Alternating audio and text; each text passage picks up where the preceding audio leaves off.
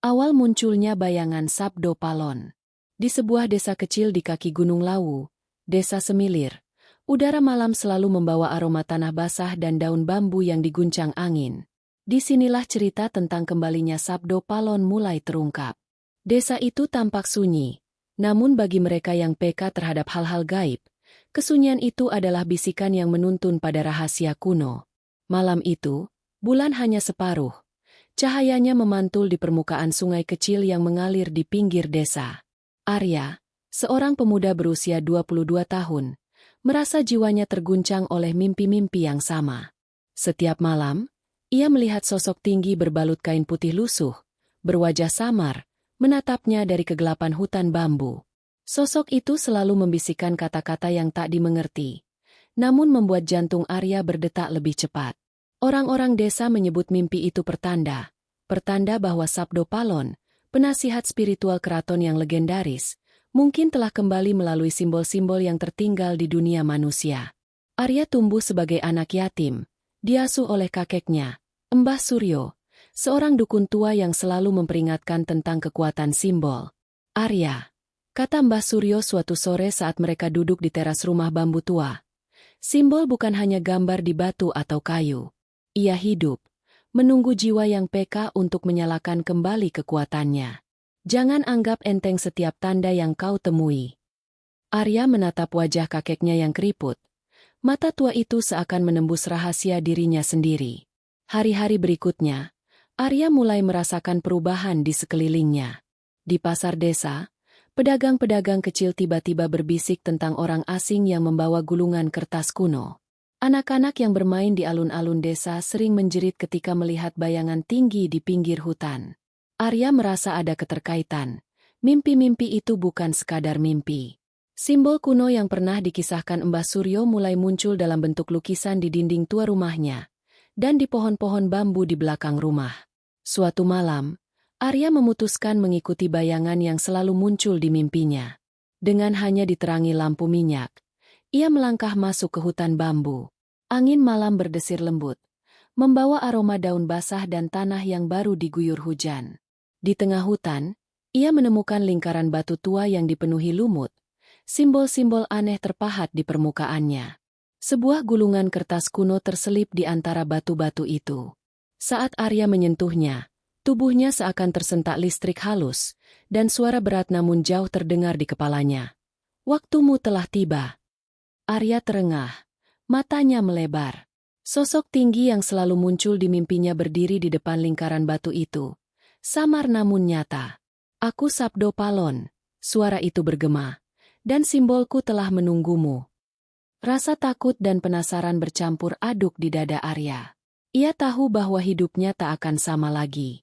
Malam itu, Arya memulai perjalanan yang akan membawanya menyingkap rahasia simbol-simbol kuno, menghadapi kekuatan gelap yang ingin menutup kembali portal spiritual, dan menemukan takdirnya yang selama ini tersembunyi, sebagai penghubung antara dunia manusia dan dunia mistis Sabdo Palon.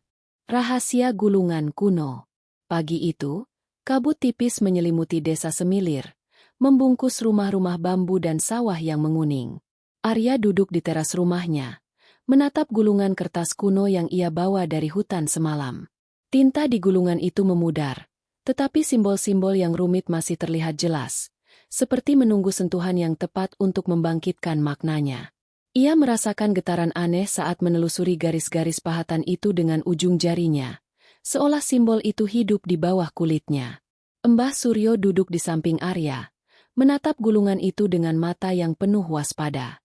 Simbol ini, kata sang kakek perlahan, adalah bagian dari naskah Sabdo Palon yang hilang.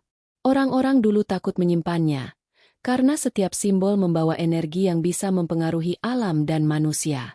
Jika jatuh ke tangan yang salah, malapetaka bisa terjadi. Arya mengangguk, hatinya dipenuhi ketegangan. Ia sadar bahwa tanggung jawab yang diembannya tidak ringan. Hari demi hari, Arya mencoba menafsirkan simbol itu. Ia mencatat pola, menyalin garis-garisnya, dan membandingkannya dengan catatan Mbah Suryo. Malam demi malam, bayangan sosok tinggi dalam mimpinya muncul lagi, lebih jelas, lebih menuntut. Sosok itu tak lagi hanya berdiri di pinggir hutan, tapi kerap terlihat di jendela rumahnya, atau di ujung jalan desa yang sepi.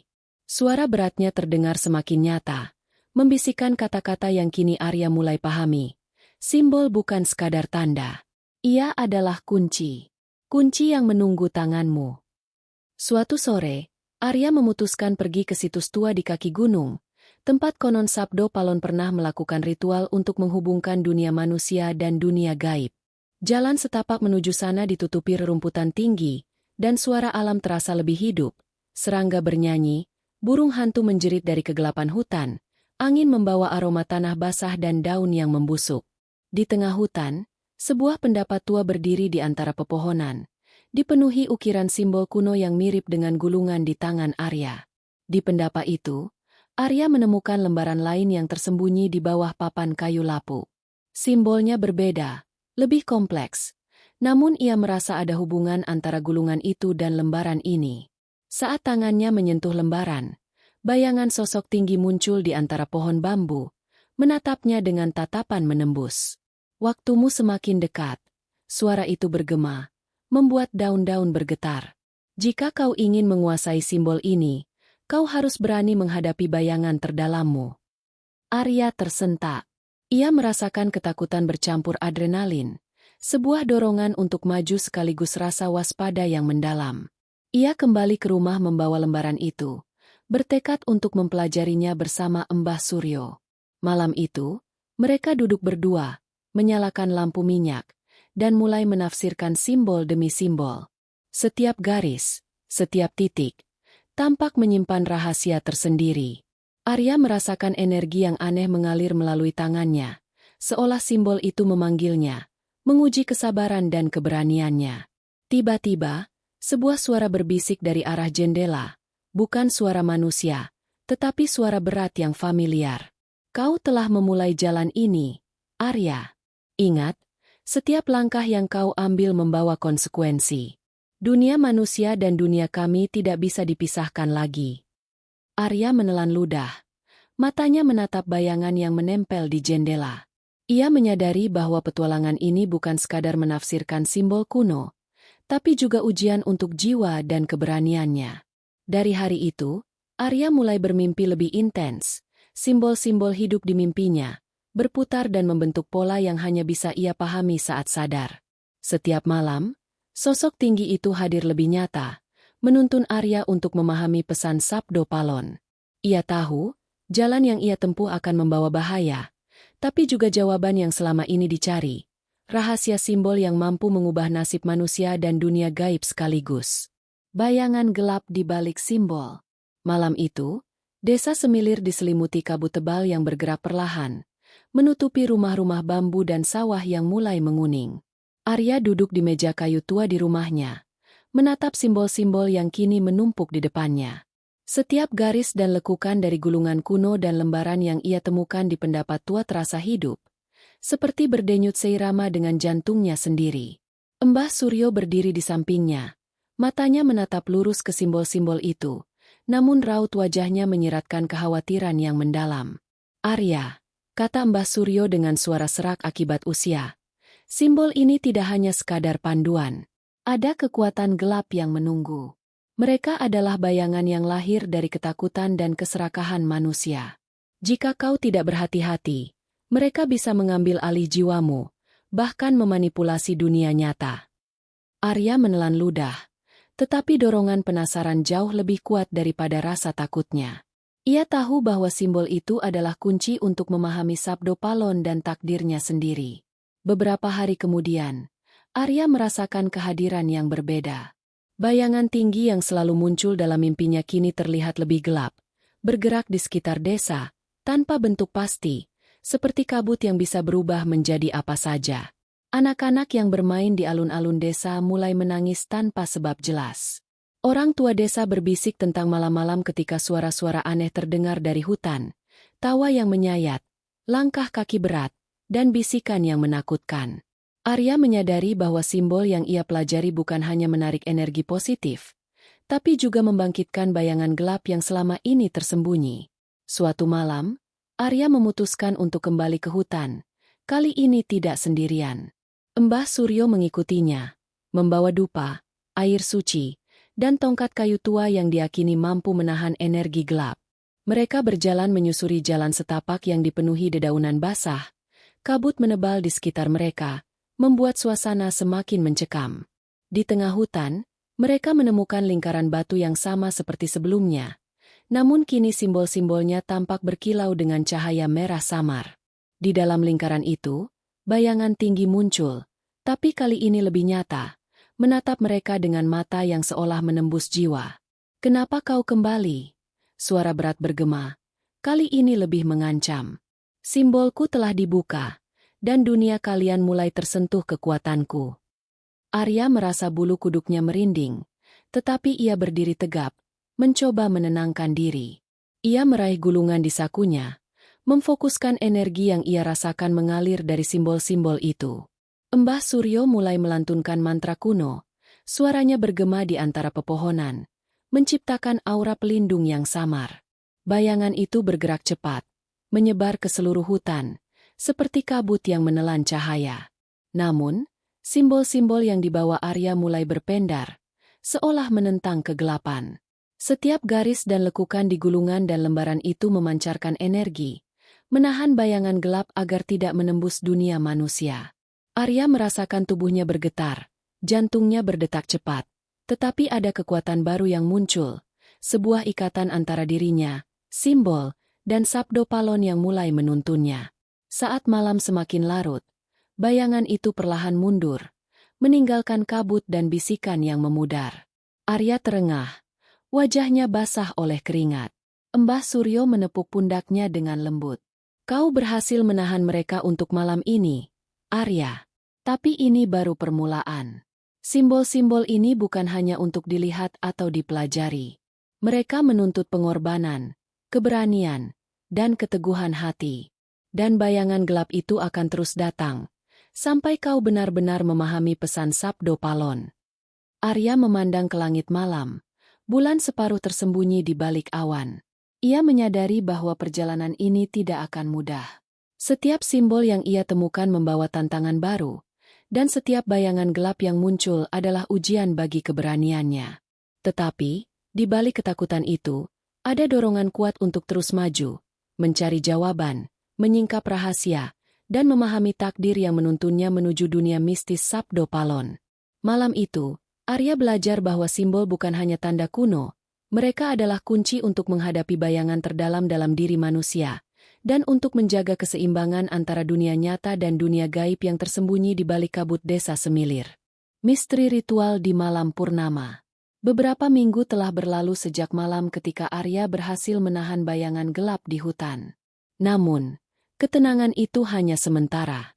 Setiap malam, mimpi-mimpinya semakin intens, dan simbol-simbol dalam gulungan kuno seakan hidup, menari di depannya dengan cahaya samar. Mbah Suryo semakin khawatir. "Ini bukan sekadar ujian biasa," katanya. "Sabdo palon tidak hanya meninggalkan simbol. Ia meninggalkan ritual. Ritual yang harus dilakukan di malam purnama agar energi simbol dapat terkendali. Tanpa ritual itu, kekuatan gelap akan semakin kuat, dan bayangan akan terus mencari jalan masuk ke dunia manusia." Arya menatap gulungan di tangannya. Malam purnama tinggal beberapa hari lagi. Ia tahu bahwa ia tidak bisa menghadapi ini sendirian. Malam itu, ia mulai menyiapkan segala sesuatu yang dibutuhkan. Dupa, air suci, dan kain putih untuk ritual. Di sisi lain, bayangan gelap terus mengintai, muncul dalam bentuk kabut di sekitar desa, menimbulkan ketakutan pada penduduk. Anak-anak mulai menolak keluar rumah saat senja, dan pedagang di pasar mulai mengeluh tentang barang-barang mereka yang hilang secara misterius. Arya merasakan tekanan semakin besar, seolah dunia nyata dan dunia gaib semakin rapat menyatu. Malam purnama tiba. Bulan bersinar terang, memantul di atas sawah yang basah oleh embun. Arya dan Mbah Suryo berjalan menuju pendapat tua di tengah hutan, tempat sabdo palon dulu melakukan ritual. Setiap langkah terasa berat. Angin malam membawa aroma tanah basah dan daun bambu yang bergesekan. Kabut bergerak di antara pepohonan, seolah ingin menelan mereka. Di pendapa, simbol-simbol kuno berpendar samar, memancarkan energi yang tidak bisa dijelaskan. Arya merasakan detak jantungnya selaras dengan cahaya simbol itu, dan bisikan yang selalu hadir dalam mimpinya kini terdengar jelas. Waktumu telah tiba. Jangan gentar. Mbah Suryo mulai melantunkan mantra kuno. Suaranya bergaung di antara pepohonan. Arya menempatkan gulungan dan lembaran simbol di tengah lingkaran batu, lalu mengikuti instruksi yang tertulis dalam simbol itu. Menyusun batu-batu kecil membentuk pola, menaburkan air suci, dan membakar dupa tertentu. Setiap langkah diiringi getaran aneh yang mengalir melalui tubuh Arya. Bayangan gelap muncul di pinggir lingkaran, lebih nyata daripada sebelumnya. Bentuknya kabur, namun aura ancamannya terasa menyesakan. Beraninya kau mencoba. Suara berat itu bergema, menyelimuti hutan. Bayangan itu mencoba memecah konsentrasi Arya, bergerak cepat ke arah simbol. Namun, Arya tetap fokus, menyalurkan energi simbol yang ia pelajari. Cahaya dari simbol mulai membesar, memancarkan aura keemasan yang menembus kabut. Bayangan itu tersentak. Suara tertawanya berubah menjadi erangan yang menakutkan. Energi simbol seolah menjadi perisai, menahan bayangan gelap agar tidak menembus lingkaran. Ritual berlangsung hingga tengah malam. Bayangan gelap, yang semakin terdesak oleh cahaya simbol, akhirnya mundur ke arah hutan, meninggalkan kesunyian yang pekat. Arya terengah, wajahnya basah oleh keringat, tetapi ada rasa lega yang mendalam. Mbah Suryo menepuk pundaknya. Matanya memancarkan campuran bangga dan cemas. Kau berhasil, Arya. Tapi ingat, ritual ini hanya menahan, bukan menghapus. Bayangan akan kembali. Dan simbol yang kau pegang sekarang bukan hanya alat. Ia adalah tanggung jawab. Kau harus siap menghadapi ujian yang lebih besar. Di malam itu, Arya duduk menatap bulan purnama. Ia menyadari bahwa jalan yang ia tempuh bukan sekadar belajar simbol kuno, tapi juga memahami batas antara dunia manusia dan dunia gaib. Ia merasakan dorongan kuat untuk terus maju, meski rasa takut menyelimuti setiap langkah. Simbol-simbol Sabdo Palon kini bukan lagi rahasia kuno, tapi jalan menuju kebenaran yang lebih besar. Jalan yang akan menuntunnya untuk menghadapi bayangan terdalam, memecahkan misteri masa lalu, dan menegaskan takdirnya sebagai penjaga keseimbangan antara dunia nyata dan dunia mistis. Malam itu, Arya belajar bahwa kekuatan simbol bukan hanya untuk dipelajari atau disimpan. Mereka menuntut pengorbanan, keberanian, dan hati yang teguh, agar bayangan gelap tidak menelan dunia manusia. Tanda-tanda pertempuran spiritual. Hari-hari setelah ritual malam purnama terasa berbeda bagi Arya. Suasana desa Semilir yang biasanya tenang kini dipenuhi kegelisahan. Beberapa penduduk melaporkan benda-benda yang bergerak sendiri. Suara langkah berat di lorong sempit rumah, dan bayangan yang muncul di jendela malam hari. Arya menyadari bahwa meski bayangan gelap telah mundur, pengaruhnya tetap terasa, lebih halus, namun lebih berbahaya. Setiap simbol yang ia pelajari kini bukan hanya alat pertahanan, tetapi juga magnet bagi energi gelap yang ingin menembus dunia manusia. Mbah Suryo memperingatkan Arya, ini pertanda bahwa bayangan itu mencari pengikut. Manusia yang mudah tergoda kekuatan simbol. Kau harus lebih waspada. Simbol bukan hanya kunci, tetapi juga perangkap bagi jiwa yang lemah. Arya mengangguk, meski hatinya dipenuhi pertanyaan. Ia mulai mempelajari pola simbol lebih intens, menuliskannya, dan mencoba memahami hubungan antara satu simbol dengan simbol lain, seolah mereka membentuk peta rahasia menuju dunia gaib. Suatu malam, Arya menerima kunjungan tamu tak terduga. Seorang perempuan tua misterius muncul di tepi desa, mengenakan kain hitam lusuh, membawa tongkat kayu yang dihiasi simbol kuno. Ia memperkenalkan diri sebagai Sari, seorang penjaga naskah Sabdo Palon yang telah hidup di pinggir desa selama bertahun-tahun. Aku tahu kau telah menemukan simbol itu, kata Sari dengan suara bergetar. Dan bayangan gelap itu kini mengincarmu. Ia mencari celah untuk kembali. Lebih kuat dari sebelumnya. Kau harus belajar lebih dari sekadar ritual. Kau harus menguasai simbol, memahami energi di balik setiap garis dan titik, sebelum terlambat. Arya merasa lega sekaligus terkejut. Kehadiran Sari membuka cakrawala baru. Ternyata simbol Sabdo Palon bukan hanya tersimpan di gulungan atau lembaran yang ia temukan, tetapi tersebar di seluruh desa dan hutan, tersembunyi dalam batu, pohon, dan bangunan tua. Ia menyadari bahwa perjalanan ini jauh lebih kompleks daripada yang ia bayangkan. Sari mulai membimbing Arya, mengajarkan cara membaca energi simbol dan merasakan getaran spiritual yang tersembunyi di sekelilingnya. Hari-hari berikutnya, Arya dan Sari melakukan perjalanan ke berbagai situs kuno di sekitar Gunung Lawu. Mereka menemukan simbol yang terkubur di bawah tanah, pahatan di batu besar, dan pola yang terbentuk secara alami di akar pohon. Setiap simbol memiliki karakter dan energi yang berbeda. Arya merasakan hubungan yang semakin kuat dengan simbol-simbol itu, seolah Sabdo Palon sendiri membimbingnya melalui mimpi dan getaran yang ia rasakan. Namun, bayangan gelap tidak tinggal diam. Malam demi malam, kabut menyelimuti desa, suara langkah berat terdengar di lorong sempit, dan bentuk gelap terlihat di tepi hutan. Arya menyadari bahwa bayangan itu kini lebih licik, tidak langsung menyerang, tetapi menanam ketakutan, membuat penduduk dan dirinya sendiri ragu, takut, dan mudah tersesat. Arya harus lebih kuat, lebih fokus, dan lebih bijak. Ia tahu bahwa pertempuran spiritual ini bukan hanya tentang ritual atau simbol, tetapi juga tentang mengendalikan ketakutan dan niat dalam hati manusia. Di malam yang sunyi, Arya duduk di tepi sungai bersama Sari, menatap cahaya bulan yang memantul di permukaan air. Ia merasakan energi simbol berdenyut dalam tubuhnya, dan bisikan Sabdo Palon terdengar jelas di pikirannya. Inilah jalanmu, Arya. Jika kau mampu memahami simbol dan menjaga hati tetap teguh, bayangan gelap tidak akan menang. Tapi ingat, setiap langkah salah, setiap ketakutan yang kau biarkan menguasai dirimu, akan memberi mereka kekuatan. Arya menutup matanya, menarik napas panjang, dan bersiap menghadapi malam-malam yang lebih gelap, menyadari bahwa pertarungan spiritual ini baru saja dimulai. Serangan bayangan di tengah malam. Beberapa malam setelah Sari bergabung dengan Arya, suasana desa Semilir semakin tegang. Kabut tebal selalu menyelimuti jalanan, dan bayangan gelap kini muncul lebih nyata, bahkan pada siang hari yang mendung sekalipun.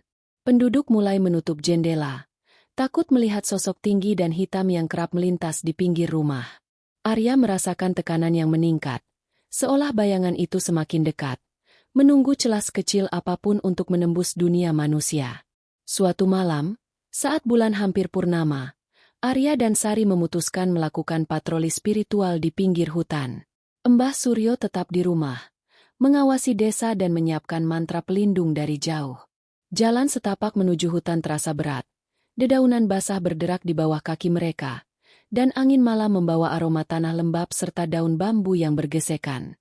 Saat mereka tiba di sebuah bukit kecil, cahaya simbol yang Arya bawa mulai berpendar, memberi petunjuk bahwa energi gelap sedang berkumpul. Ini pasti salah satu titik fokus bayangan, kata Sari. Matanya menatap simbol yang memancarkan cahaya keemasan. Kau harus tetap fokus, Arya. Jika kau tergoyahkan sedikit saja, energi gelap itu akan menyerang dengan lebih kuat. Arya mengangguk, meski jantungnya berdetak cepat. Ia merasakan getaran di tangannya, seolah simbol itu menuntunnya untuk menyiapkan perlindungan dan menghadapi energi gelap yang semakin nyata. Tiba-tiba, kabut di sekitar mereka bergerak liar. Sosok bayangan muncul, lebih besar, lebih tinggi, dan lebih menyeramkan daripada yang pernah Arya lihat dalam mimpinya. Wajahnya tak berbentuk, namun aura ancamannya terasa menusuk ke dalam jiwa. Bayangan itu menebar energi dingin, membuat udara di sekitar mereka seakan membeku. Arya menyalakan simbol-simbolnya, dan cahaya keemasan mulai menyebar di lingkaran yang mereka buat di tanah.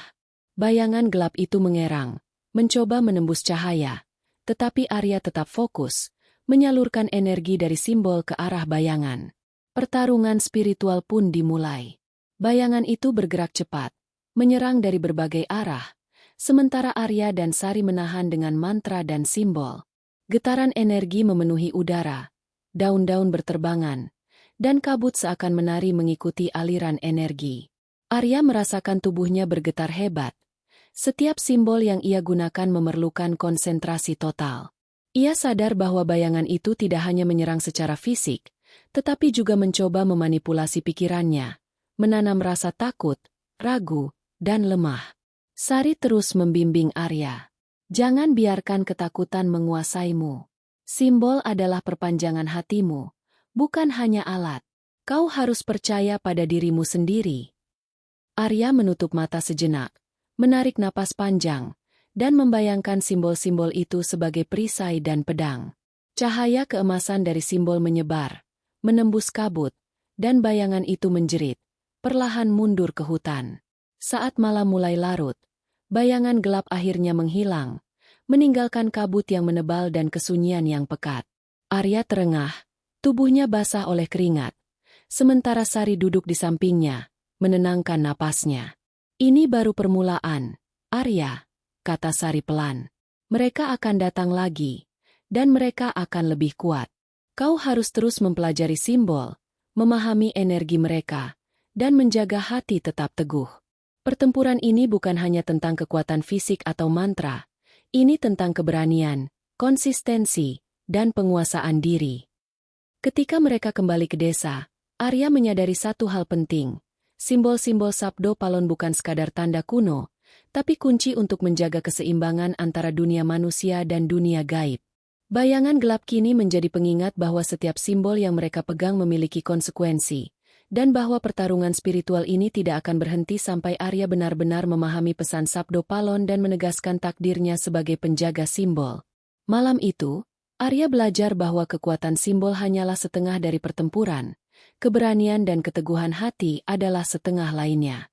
Pengkhianatan dalam bayangan. Malam itu, angin bertiup kencang di desa Semilir, membawa aroma tanah basah dan daun bambu yang bergesekan.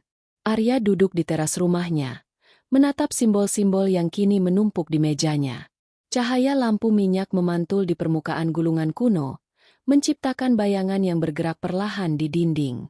Meskipun bayangan gelap terakhir telah mundur, Arya merasa ada ketegangan baru, sebuah energi yang berbeda, lebih licik dan tersembunyi. Beberapa hari sebelumnya, seorang pemuda dari desa tetangga, bernama Rangga, datang meminta bantuan Arya. Ia mengaku tertarik pada simbol Sabdo Palon dan ingin belajar dari Arya. Awalnya Arya merasa waspada, tetapi Rangga tampak tulus dan berpengetahuan tentang cerita kuno desa. Arya pun mengizinkannya untuk mempelajari simbol bersama-sama.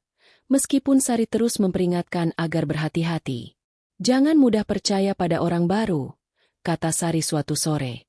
Energi gelap bisa datang dari siapa saja, bahkan mereka yang terlihat baik. Seiring waktu, Arya mulai memperhatikan perilaku Rangga yang aneh.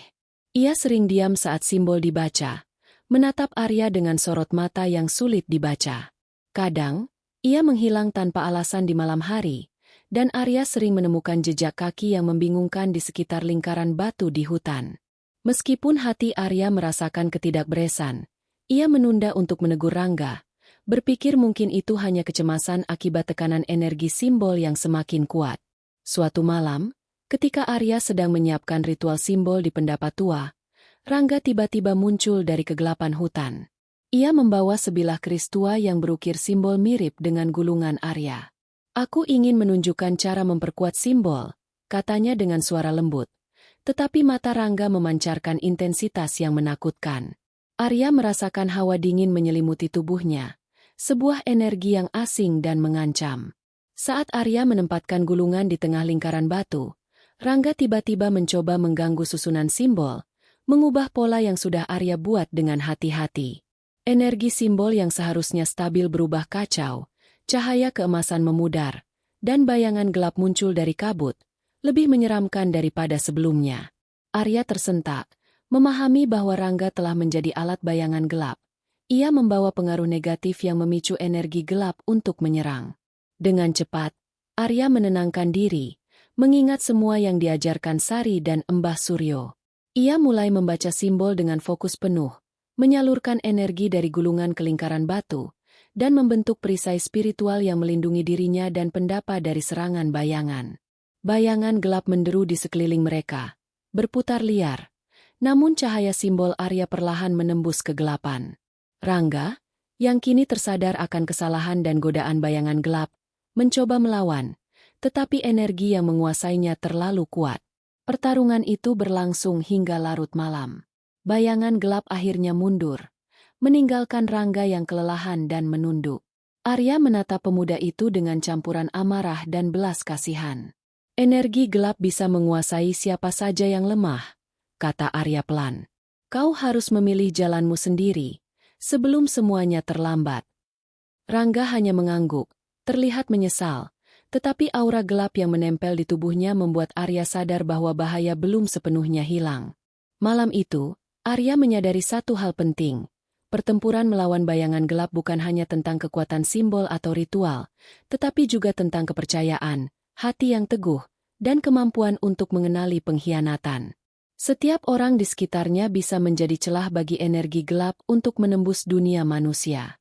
Arya menutup matanya, menarik napas panjang, dan bertekad untuk lebih waspada, memahami setiap simbol dengan lebih dalam, serta menghadapi tantangan yang lebih besar yang menunggu di masa depan. Klimaks pertempuran simbol.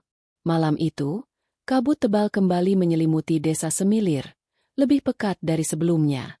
Angin malam membawa aroma tanah basah, daun bambu, dan sesuatu yang asing, seperti bau besi dan tanah hangus.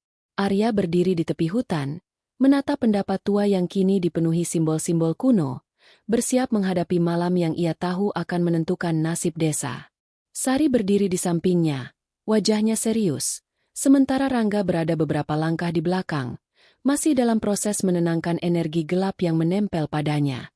Ini malam terakhir sebelum bayangan itu mencoba menyerang dengan seluruh kekuatannya, kata Sari.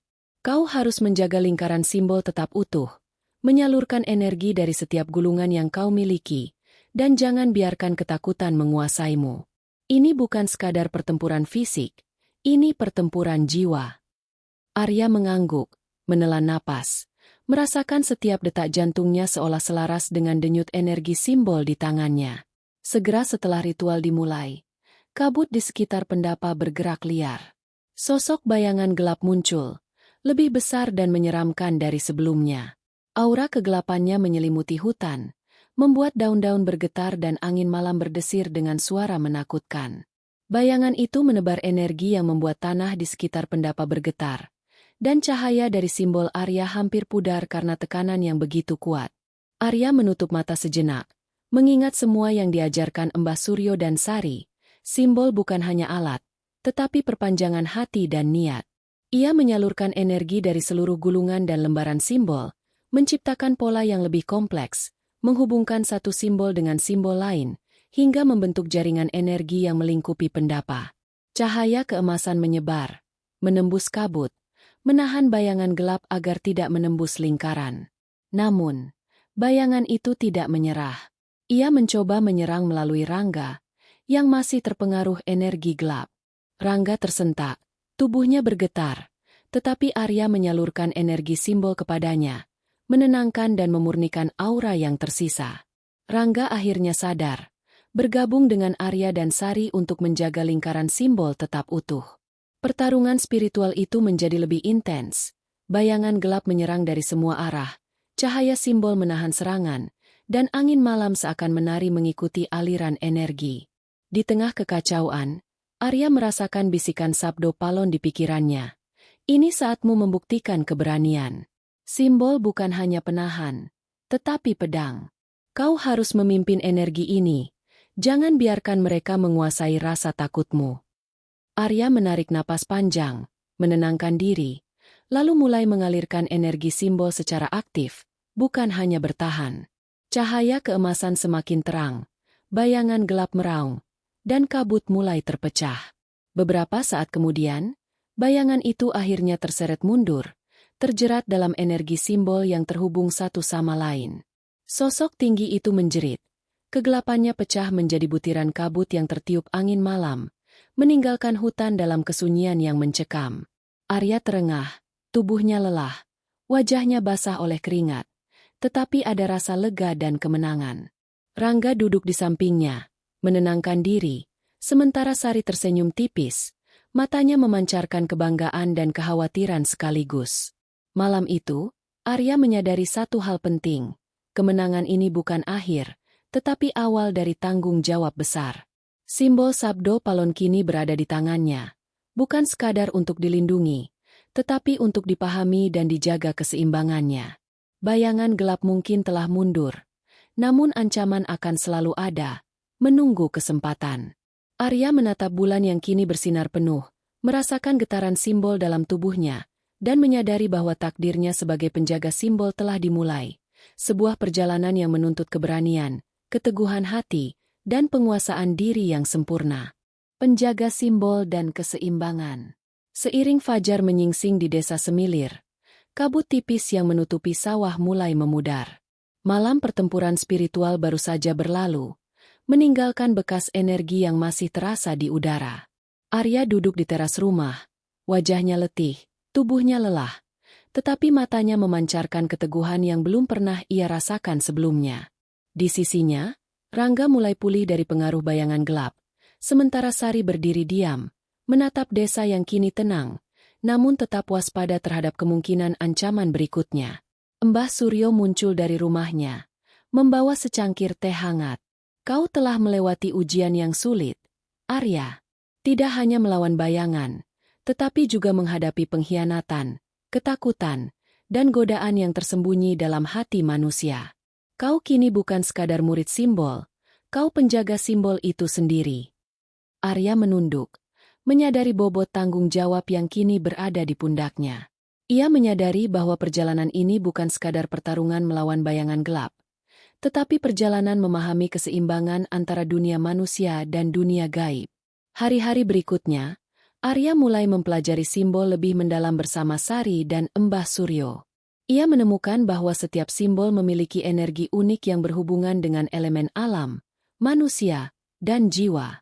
Beberapa simbol mampu menenangkan energi gelap, sementara yang lain dapat memperkuat cahaya dan perlindungan spiritual. Arya juga belajar bagaimana menggabungkan simbol, menciptakan jaringan energi yang mampu menahan bahkan serangan bayangan terkuat sekalipun. Rangga, yang kini mulai memahami kesalahan dan pengaruh bayangan gelap, menjadi rekan Arya dalam menjaga desa. Ia belajar menyeimbangkan energinya sendiri dengan simbol, dan mulai merasakan keterikatan dengan jaringan energi yang Arya ciptakan.